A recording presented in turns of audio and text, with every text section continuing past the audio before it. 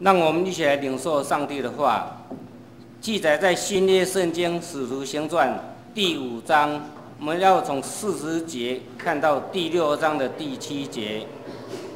和本圣经在170页，其他版本请看荧幕。使徒行传第5章40节，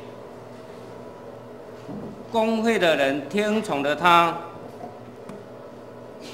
便叫使徒来，把他们打了，又吩咐他们不可奉耶稣的名讲道，就把他们释放了。他们离开公会，心里欢喜，因被算是配为之名受辱。他们就每日在店里、在家里不住的教训人，传耶稣基督是基督。第6章，那时门徒增多，有说希利尼话的犹太人向希伯来人发怨言，因为在天天的供给上忽略了他们的寡妇。12使徒叫众门徒来，对他们说：我们撇下神的道，去管理饭食，原是不合理的。所以弟兄们，当从你们中间选出7个有好名声的、被圣灵充满、智慧充足的人，我们就派他们管理这事。但我们要专心以祈祷传道为事。大众都喜悦这话，就拣选的司提反，乃是带有信心、心灵充满的人，又拣选腓利、伯罗哥罗、尼加纳、提本、巴比拿，并进犹太教的安提阿人尼哥拉，叫他们站在使徒面前。使徒祷告了，就按手在他们头上。神的道兴旺起来，在耶路撒冷门徒数目加增的甚多，也有许多祭司信从了这道。以上，我们要请郑牧师来讲道，题目是历经艰难教会成长，历经艰难教会成长。我们同心来祷告。慈悲的阿爸父神，在我们农历年的时候，我们更献上感恩，因为去年你带领我们平安的经过。而今年我们也献上我们的祈求，求神你继续带领我们前面要走的道路，让我们都存有顺服的心，我们所走的都能够合神的心愿。求主你来看顾带领我们，不只是个人，我们教会前面要走的道路也能够合神的心意。我们再次的回到使徒行传来看，在教会要建造的时候，有遇到不同的情形，以及如何能够靠主来得胜。求主你的灵跟我们同在，让我们所领受的都能够成为我们跟教会的帮助。求神赏赐我们每个人都有谦卑、敬虔、顺服的心，要来领受你的话语，也开我们的心眼，赏赐我们有属灵的智慧，让我们能够明白。我们这样祷告都是奉靠主耶稣基督的名求，阿们。大家平安。今天是大年初8，所以还是可以跟大家说新年恭喜。我们还是在农历年，还是有非常浓厚的过年。我相信在过去的这个1个礼拜中间，大家都有跟家里的人都有很好的时间相聚在一起，不管有没有出去游玩，我相信家人在一起就是一个我们华人的一些节期的非常重要的，就跟犹太人他们有很多的节期一样。这节期呢，主要他们不是以个人为主，乃是以神为中心。我想这是所有的节期里面最重要一个因素。到底你是以神为中心，还是以人为中心？我们看最近在美国的很多个事情，我们看起来都是人权都大于神权，其实这是一个非常危险的阶段。我相信在我们华人里面也是一样，虽然我们因为华人的宗教的原因，很多节期都跟我们一些地方这个民间的信仰有关系，但是我们不要忘了，我们是以神为中心的一些门徒们能够依靠神。那我们在今年中间的时候，我们把《使徒行传》呢又重新来看一次呢，是主要是因为我们要针对教会的一些事情来看。我们要盼望我们是利用7次的组织呢，能够将这个使徒行传再重新看一次呢，因为它是初代使徒行传所记载的，就是初代教会如何来建立起来，所以我们就能够更加的认识教会，也能够了解并参与在如何建造教会。那这中间呢，它经过很多不同的时期开始，从如何开始，然后一直到中间有碰到一些艰难，有一些迫害等等。那我们一定呢，总共有7讲。我们上次在1月20号的时候，我们已经讲过教会怎样建立起来，就是因为有圣灵的浇灌在上面。然后接着今天我们就讲到我们历经的艰难，然后教会怎样子的成长。接下去有好几个礼拜，我们就照这样来讲。那在这中间呢，我们看到使徒行传里面呢，第一件大事情呢，就是因为圣灵的浇灌。耶稣复活之后，跟使徒们在一起有40天，告诉他们，让他们重新再经历一个耶稣以前所说的是什么。然后看到耶稣复活之后，他们更有那个信心，知道信靠耶稣是正确的，所以给他们打气，让他们能够有更大的信心。但知道呢，我们人还是非常的有限。所以耶稣要升天的时候，告诉他们要在耶路撒冷等候圣灵降临的时候呢，他们就有能力去做这些事情。所以我们看到使徒行传第一件大事情呢，就是圣灵浇灌了下来。所以使徒们就开始去传扬福音，第一次就有3000人来信主，然后接下来又有5000人等等这样子。我们看到的事情呢，是因为有圣灵在带领着，所以在圣灵的我们顺服在圣灵的带领之下呢，我们就看耶路撒冷呢，它的教会是一个我们要学习的榜样。这是我们上次在1月20号时候我们已经讲过。其实这15样事情呢，也就是我们教会的一些意向在里面。它是要有敬拜，要有团契，要有成长，要有侍奉，要宣教。前面这几个呢，就是我们希望去达到应该是怎样。我们的敬拜呢，盼望是一个敬虔的敬拜，是一个荣耀的敬拜。我们的团契呢，是一个相爱而且是亲密的这种团契。成长里面呢，我们要有谦卑，我们在灵命里面要成长。我们的侍奉呢，乃是一个仆人的侍奉，是一个殷勤的侍奉。而宣教呢，是一个渴望而且是火热的要去宣教。我们上次在1月20号已经提到耶路撒冷他们是怎么样，教会是这样。其实这刚好也是我们的意向里面要去做到的。我们盼望用祷告来拖住前面这4项，这是在对内里面的，包括我们自己，包括我们所有的这些弟兄姐妹们，要这样子有敬拜，这样团契成长跟侍奉。然后对外呢，我们就成为一个成为一个宣教的教会，因为主耶稣给我们的大使命就是这样。你要是到普天下使万民成为他的门徒，这非常重要，不是只有我们成为内部的一个教会，而是应该要往外去宣教。所以我们看到使徒行传就建立了他们如何去宣教，而当这些宣教的时候呢，建立起来的时候呢，信徒们他开始来传扬福音，但是呢，迫害也随之就来到了。所以其实使徒行传我们讲的是圣灵行传，也可以讲它是一个迫害的行传，因为你继续往下看下去，就看到到处受到迫害，12使徒受到迫害，保罗受到迫害等等这些，但是福音呢却没有被阻碍的，反而是更广传出去。我们看到初代教会呢，他们受到的迫害是什么？有从外面来的，但是也有从里面来的纷争。我们先来看今天的有告诉我们。在使徒行传刚开始的时候呢，有讲到我们一些成长的过程。在第3章的第1节到第4节的时候，就讲到约翰跟彼得呢，他们要去礼拜的时候，要去祷告的时候呢，经过美门的时候呢，有一个生来就瘸的人在那地方求他们能够给他什么。彼得告诉他：金银我都没有，但是我奉靠主耶稣的名让你站起来。众人看到这样子的情形之下，当天就有5000人来归主。但是呢，这么多人来呢，并不是带来的，反而是带来的迫害。为什么会带来迫害？因为那些祭司们跟那些守殿官的里面呢，他们因为有这么多人呢来跟从的这使徒，而不是跟从的他。因为他们祭司他们仍然是在犹太教的，也就是说不相信耶稣的，只相信上帝。但是他们仍然在等弥赛亚的。所以看到这么多人跟从这使徒们的时候呢，他们就非常的不喜欢，然后就派人去抓拿这个彼得跟约翰里面，把他送到大祭司那个地方要去审问。他们就审问他，要他们不能去奉耶稣的名去讲论、去教训。这记在使徒行传第4章第19节到20节。但是彼得跟约翰告诉他们说：听从你们，不听从神，这在神面前合理不合理？你们自己酌量吧。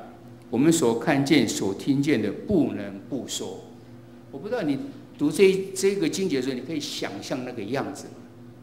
是一个公会在审问彼得跟约翰的时候，上面一定是权大官大的人在审问一个老百姓，要他们恐吓他们不能去要奉耶稣的名去传讲。但是彼得他们竟然这样讲：听从你们，不听从神，这在神面前合理不合理？你们自己酌量吧。我们所看见、所听见，我们不能不说。因为彼得他们这个有圣灵的充满在他们身上的时候，他们就这样子的敢讲这些话。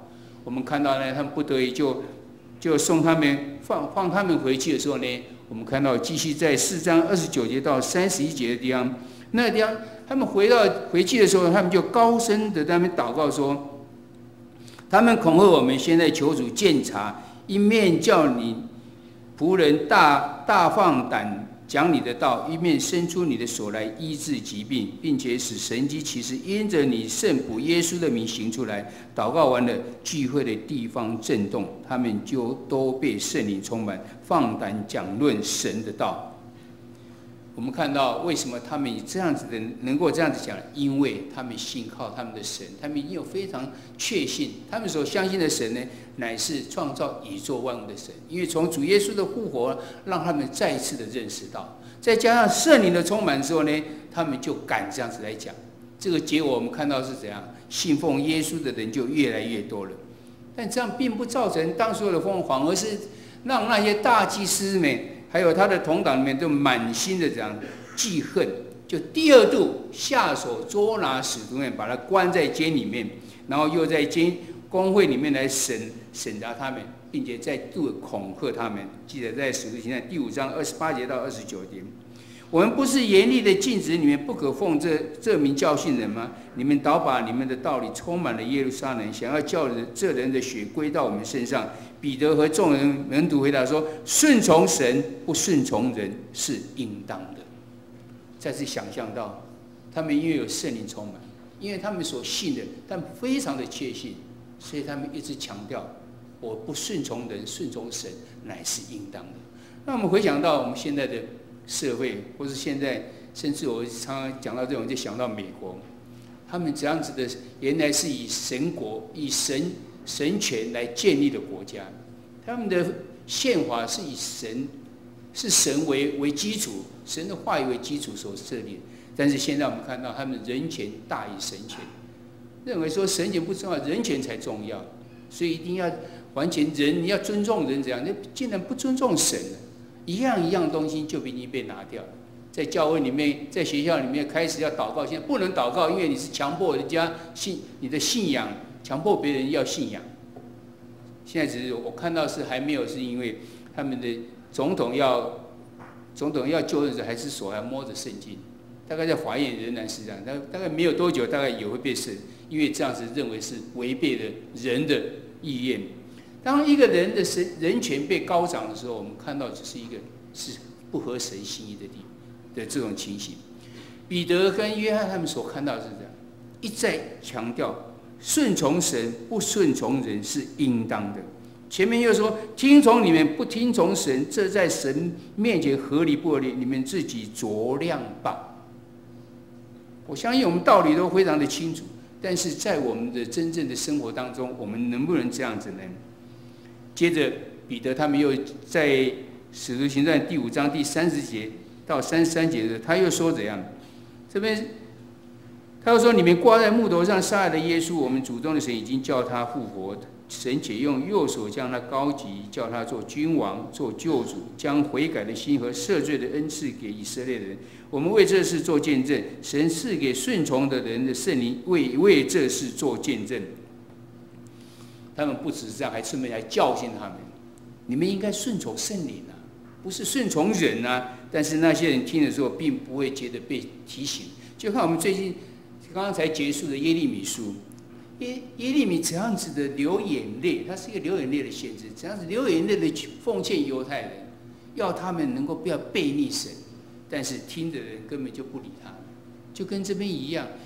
彼得、约翰他们所说的是，乃是从神而来的，提醒他们，你们要顺从神，不是顺从人。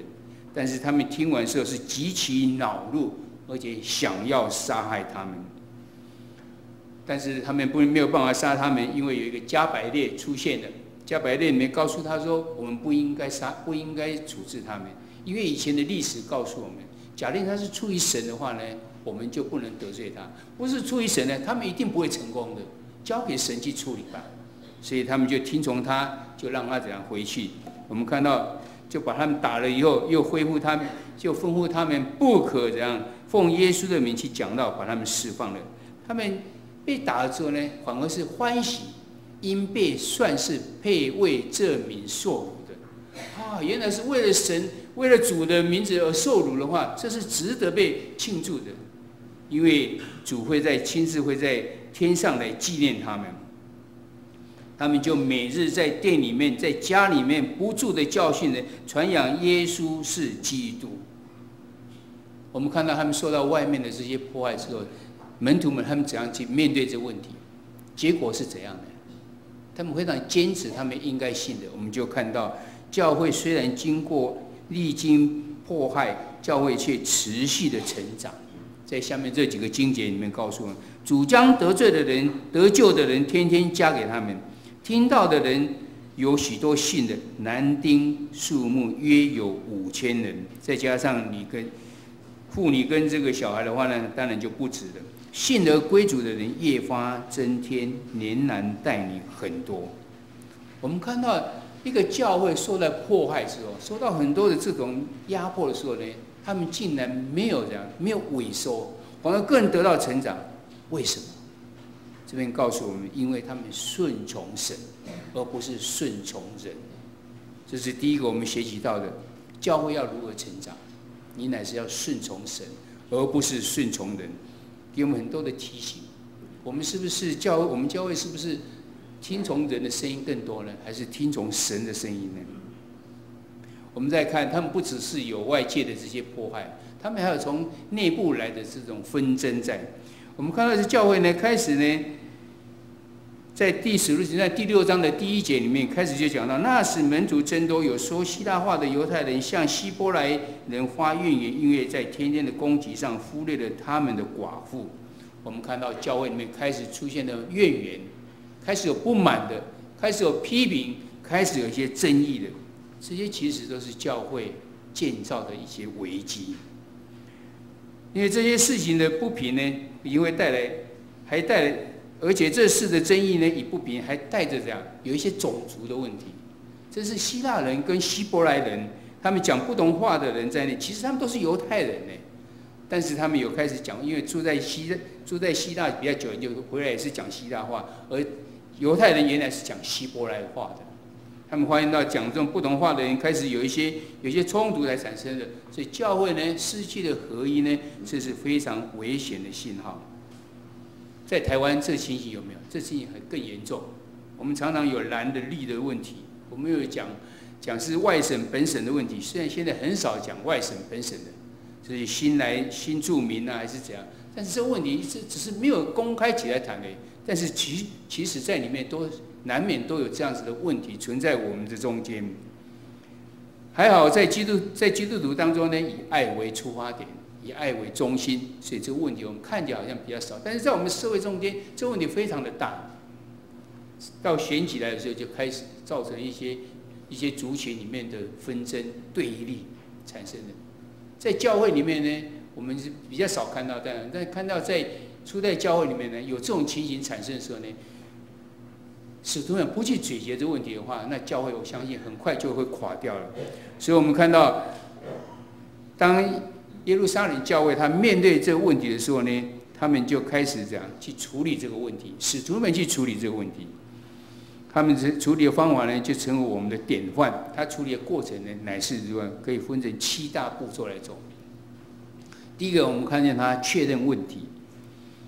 在天天的攻击上呢，忽略了寡妇，这事情只不过是一个事情的症状看到的，而不是问题它的本身。问题的本身乃是怎样？因为人多了，门徒真多了，所以我们很多人就没有办法来照顾得清楚。而那时候的使徒不过是12位而已啊，所以第一层的领袖使徒，他们已经不能全面来牧养这个快速成长的教会。像我们教会里面，我们差不多是500-600人，我们有长老有15个人，然后有执事有26个人，还有很多时候我们没有办法兼顾到大家，何况当时还没有选执事，只有12个使徒，要看顾有几千人的话呢，那当然有些问题就开始产生。问题到底是如何？是因为他们忽略了吗？不是，因为人太多了，所以他们第一个找到了问题，乃的是因为人太多了。在第二个呢，他们觉得那这样人多的话呢，我们应该怎样去处理呢？是不是要我们这些使徒们呢放下我们的工作来照顾这些人的这些食物的问题呢？还是呢，使徒们应该专注在祈祷跟传道方面，而将这些管理饭食的问题呢，虽然非常紧急呢，但并不是他们应该要优先去处理的。所以使徒们先知道了，我应该在注意在什么问题上，这是第二个。他们知道我不应该放下祈祷跟传道，而去处理他们管理饭食的问题。所以第三个，我们看到他们坚持呢，在第一层的领袖只处理第一个优先的事情，而且在第6章第2节这边告诉我们这样说：12使徒叫众门徒来对他们说，我们撇下神的道去管理饭食，原是不合宜的。他们分别出来什么是正，什么是优先应该处理，什么应该是次等优处理的。大家同意之后呢，就开始确认我们应该有分工的政策出来。而正中分工的政策呢，就是找一些同工们呢一起来处理一些次优先的事情，才能够有效的牧养的教会。所以我们看到就是执事就开始要选你这执事了。那选执事呢，要不要有条件呢？他们就确定了这个同工的条件应该是如何呢？他们提出了3个条件。第一个是好名声，第二个是被圣灵充满，第三呢是智慧充足。这3个呢，其实任何一个我们都觉得已经非常难得了，但是3个都要有，因为有好名声乃是对人的关系，而且他们的表现呢，显然是大家都觉得很好。而圣灵充满是因为跟神的关系呢有很好的关系，而智慧充足呢，是表示他们处理事情呢能够合神心意，能够得到神的喜悦，才能够有很好的结果。所以我们看起来就是一个对神对人都有一个很好的关系，然后他们做出来也是像这个样子，这是他们的条件。然后就开始因为这条件定下来，他们就开始来拣选这个同工，拣选了7位同工。这7位同工里面呢，比较常常看到的是司提反跟腓利，其他的我们就很少再去看到他的名字。司提反后来殉道了，腓利呢去传扬了很多福音，那这在后面都继续有了记载了。选了这些同工之后呢，他们就委派来授权，因为叫他们在使徒的面前为他们祷告，按手在他们头上，表示这样委派跟授权。我们看到他们用这样很有智慧的方式呢，而且依靠神里面呢来去做处理当时所碰到的问题。要是没有好好去处理的话，他们有可能就会分裂的。而这样处理之后呢，我们看到教会呢进行了这种组织再造，有更多的同工参与牧养跟侍奉的时候呢，解决的问题，而且教会就更合一来同工。其结果是怎样？我们看到圣经里面告诉我们，使徒行传第6章第7节，神的道兴旺起来，在耶路撒冷门徒数目增多，加增的甚多，也有许多祭司信从了这道。后面这一句话其实是很难得的，也有许多祭司信从了这道。祭司是谁？祭司是当初信从犹太教，他们不相信耶稣的，他们只相信耶和华神而已。他们还在等这个耶路撒，还在等弥赛亚的，但现在他们也相信了。这神祝福在他们身上呢，看到他们很智慧的处理这个问题之后，就加增了。所以我们看到是初代教会，他们有圣灵充满之后，开始去传扬福音，使徒们圣灵充满去传扬福音以后，很多人信了，就成立了教会。而这教会呢，是因为有圣灵充满的关系。好，开始人增加之后怎样？开始有些迫害来了，有从外面来的，有从里面产生的纷争，要怎么去解决这个问题呢？我们看到第一个，他们从外面来的时候呢，他们因为有圣灵的帮助呢，就能够去面对这些人给他们恐吓，他们不怕，他们觉得我们应该信靠神，我们顺从神，而不是顺从人。我们看到的结果就是这样，主将得救的人天天加给他们。但是对自己内部怎么办？内部的纷争，他们要面对啊。我们看到面对他们又很有智慧，也是在神的带领里面去做了这些事情。有看到最后的结果是这样：神的道兴旺起来，耶路撒冷门徒数目加增的甚多。我们现在来回想我们自己好，你觉得我们教会有没有曾经遭遇过什么征战吗？我们教会如何去胜过呢？我们教会有什么学习呢？看起来表面上我们教会好像似乎很平顺的这样经过，但其实你要是在这里久一点的人，曾经也是看见，也是知道我们曾经有一些小小的问题。我们不要讲说是征战好了，我们曾经有一些挑战，我们有一些挑战，或是有一些瓶颈，要如何能够去突破？我知道我们教会曾经有团队服事2次过，而且是失败。失败过之后呢，大家对团队服事就稍微有一些疙瘩在，要不要做团队服事呢？所以我还记得，在约10年前呢，我们的长老去跟牧师来谈的时候呢，曾经谈过这些问题。那时候我们教会是300多人，那我知道是我们一般的教会里面150人以下，一个牧师是 OK 的，超过150人以上呢，牧师就开始就觉得一定照顾不到了，所以通常就会再增加一个牧者。我就询问说有关团队服事的事情。那因为那时候我不知道我们曾经有团队服事过，那他们小会员讲说，是不是可以增加干事啊，增加其他的这些，然后的方式能够弥补我们人力的不足等等这些呢？当时牧师告诉他说，我想大概是很难吧，因为干事跟牧者还是有差别在。这样好了，我说我们等1年之后，牧师再做一些我的想法的看法。所以我在2003年的9月呢，牧师来这边赴任，今年已经2013年，已经10年了，很快啊。然后在第一年结束的时候，2004年的时候呢，牧师就向小会提出一个看法，说不可能一个人来照顾我们教会，我们一定要有团队服事。而团队服事呢，到底用什么方法？其实团队服事有很多种方法，我知道最主要有2种方法。一种方法是你把功能性的，就是我们第二个是找什么关怀牧师，或是找教育牧师，或是找牧师，这是功能性的。第二种方法是用牧区性的，那是照顾哪些人，而不是做什么事情。那我认为呢，应该用牧区式的方法比较好，因为每个牧者都应该什么事都做，他也要教育也要做，他关怀也都要做，只是他照顾的人不一样而已。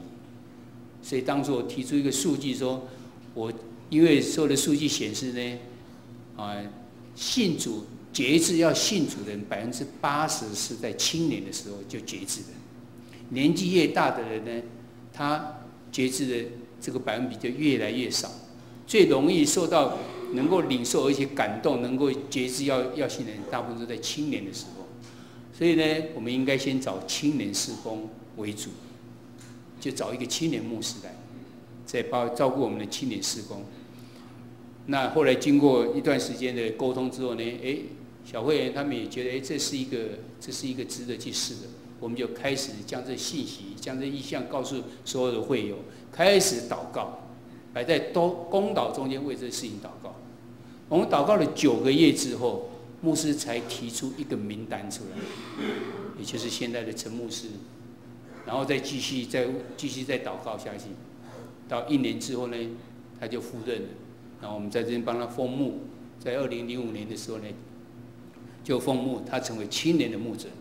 从那时候开始，我们就看到我们在青年的事工里面呢，有人专人来负责之后呢，就开始蓬勃发展，然后就在礼拜6开始，我们人就开始增加出来了。我想这也是同样是针对一个问题里面去，我们要让我们的人更多的话，我们是不是有些我们没有去注意到？那时候的青年他还觉得是啊，我们是被忽略的人。说不定就像当时这些寡妇们，他们觉得你们都注重这个希伯来人，没有注重讲希腊话的人。那我们的青年当初好像也有这样子，牧者没有一个专门的牧者来为他们做，来牧养他们，所以我们就做了这样子的安排之后，果然看到我们的青年事工就开始起来了。但青年事工开始起来的时候呢，我们就觉得社区应该要有啊，所以我们就做了社区，然后陈牧师同时又兼顾了社区，就是协会总干事这样，哇，就开始看到事情又开始又已经没有办法专注在里面了。所以在2009年的时候呢，我们又透过一个机会呢，跟小会员同时来沟通。当时候呢，因为我们毕业生也比较多一点，所以那时候我们需要有更多的教会能够有，所以我们就申请了一个社区的传道，乃是对社区有非常有他的专长在的人。我们就看到许牧师他就到我们来了。这中间呢，我们就看到青年的事工呢，就开始专注在青年事工，社区有社区，然后在教会里面其他的呢，就是由我来负责这样。我们看到这团队服事就开始起来。所以你回想一下到，在我们初代教会碰到的问题，一列起来的时候，我也列起来这7点，把它列起来的时候，没有错，我们就是照这样在走。但是有很多问题，我们没有开那个条件，说你要讲智慧聪明，要这边好名声，要怎样圣灵充满。这个问题我们假定，你读了神学院的人就是应该这样。我们更多是这样，应该找谁来？所以我们就摆在祷告中间。我们用大量的祷告。找陈牧师的时候，我们有9个月的祷告。然后徐牧师来的时候，那时候因为刚好在选派这个传道的时候呢，我们是第2批去登记要传道的，所以恐怕我们用的时间比较少。但是那时候我们小会也是迫切的祷告，到底应该如何？等到我们去年刘传道来的时候呢，我们更早从1月就开始祷告了，一直祷告到他被抽签抽到我们这边来的时候，甚至那时候我还做了反省，说我们祷告好像不是要一个女的来呢，好像我们没有规定啊，我们只是讲说神你看为好的，你就差遣来吧。我们看他年纪有一点点大，不好意思哈，年纪有一点点大，又是女的，然后行动又稍微不方便，这是神又取悦的吗？但经过这么几个月以后，我真的献上感恩。神差遣他来，绝对不是我们想象得到，神差遣的永远是最好的。你如果能够去领受的话，你可以看到传道呢，在我们青年事工上他的付出，以及我们青年事工怎样这些人他们得到的关照等等的，这是我们男性所缺乏的部分，我们没有办法付出那么样多的关心在。但我们看到这么多的事情，你看在耶路撒冷这些他们的教会碰到问题的时候，他们也是都仰望在神的手中，使徒里面的带领里面，然后去慢慢的一个解决问题。我也看到我们没有办法像使徒那样子好，但是呢，我们都摆在祷告中间。我邀请所有的会友一起祷告，为了这些事情，每个礼拜祷告，就是神来掌权在事情上。盼望不是透过我们自己来掌权。我们教会曾经碰到有瓶颈，我们曾经碰到一些我们觉得不知如何是好的，我们有没有胜过呢？我们还没有完全胜过。但是我们一步在这样仰望在神的带领中间，这是我们可以去学习到，就从耶路撒冷的教会一起来学习到。我想这是非常重要。我不知道以前是这样，像现在牧师在开小会里面，常常会最后邀请大家，我们小会一起来祷告吧。礼拜1晚上的小组长训练，最后我们一定是邀请大家一起来祷告，为了一些什么事情大家不是牧师来带领祷告。是大家邀请大家一起来祷告，仰望在神的掌权，我想非常的重要。这是告诉我们个人有没有可能，个人也会碰到啊，我们个人的信仰也可能遭受破坏啊，在灵命上有可能有征战啊。我们到底是如何去胜过呢？我们这些破坏带给你什么益处跟成长跟学习呢？我相信教会所碰到的，其实我们也同样会去碰，可以用同样的方法。我不知道你有没有听过，像说因为家里面的很多人的原因不顺利，有生病的生病，事业不是很顺，被骗的都有。我们去访问他，他说：“牧师啊，我有礼拜呢，我有奉献呢，但上帝为什么都不听我的话？”上帝为什么让这些事情发生？其实我们都非常的清楚，这些事情我就一一解析给他看。你觉得这事情是上帝让促成的吗？还是我们自己应该负的责任？我记得以前跟大家分享过，那些不顺的事情发生，其实是4大原因。一个是我们自己造成，第二个是别人造成，第三个是大自然造成的，就像921大地震一样。还有这样，是因为魔鬼，因为我们的眼目的情欲、肉体的情欲跟今生的骄傲、身心的部分，魔鬼利用这个让你去碰到的问题，没有神的部分，神允许它发生而已。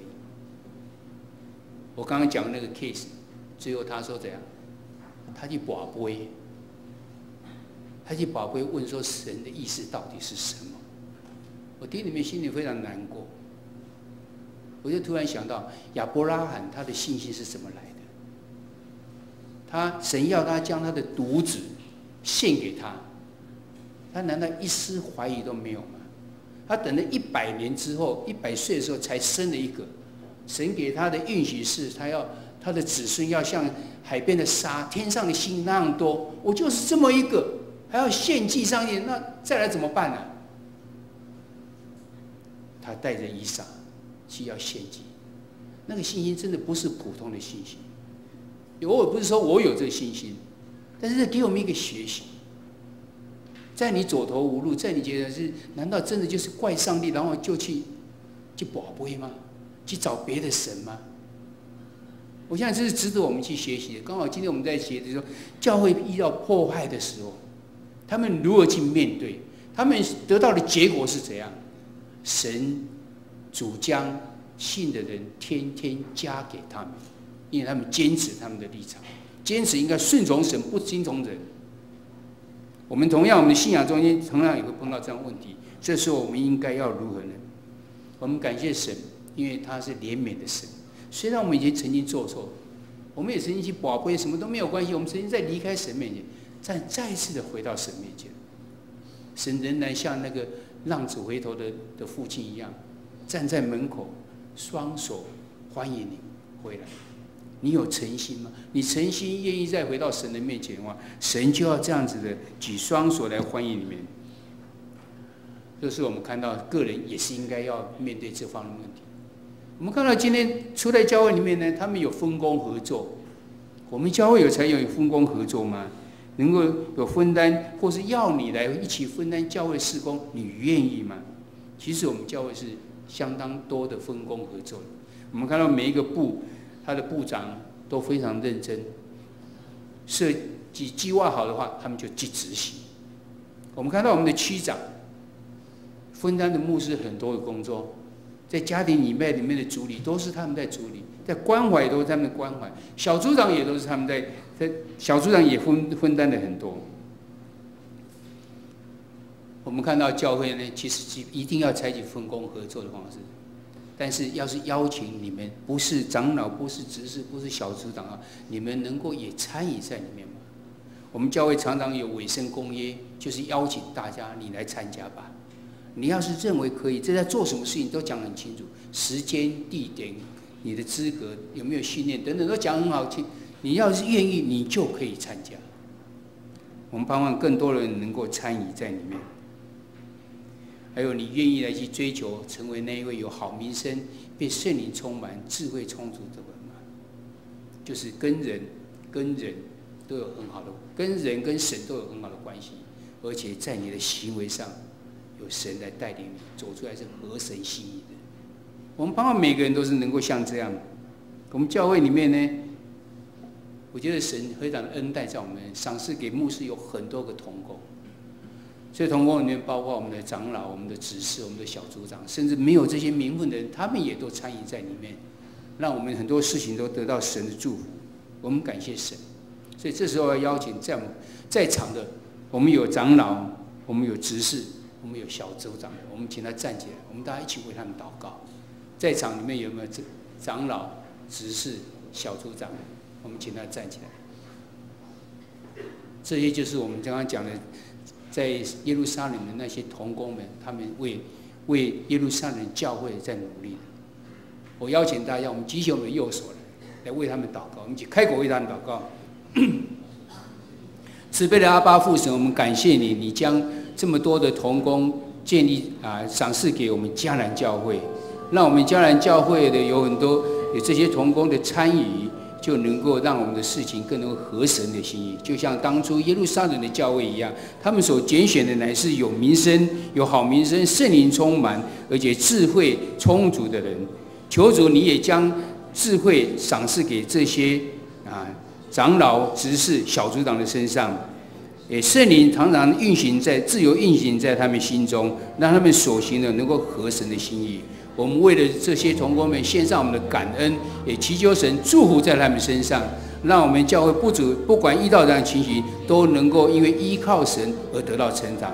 愿神祝福跟带领，祷告奉告主耶稣基督的名求，阿们。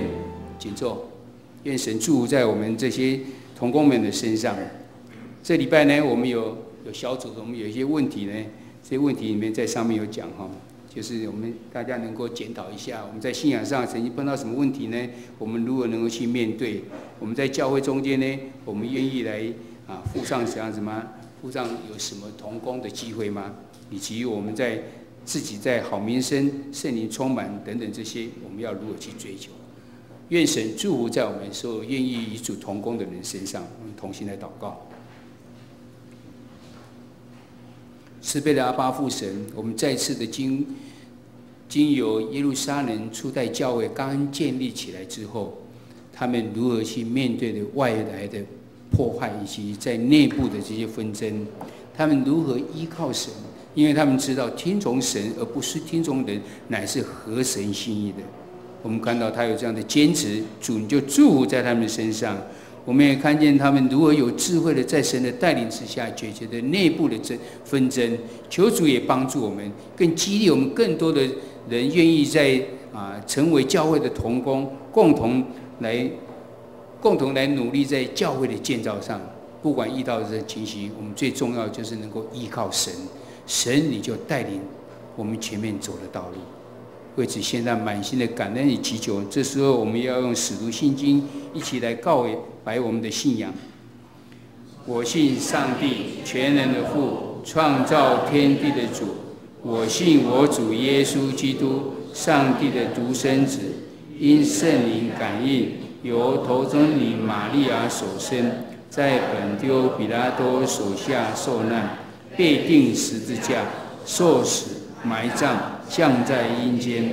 第3天从死人中复活，升天，坐在全能父上帝的右边，将来必从那里降临，审判活人死人。我信圣灵，我信圣而公之教会，我信圣土相通，我信罪得赦免，我信身体的复活，我信永生。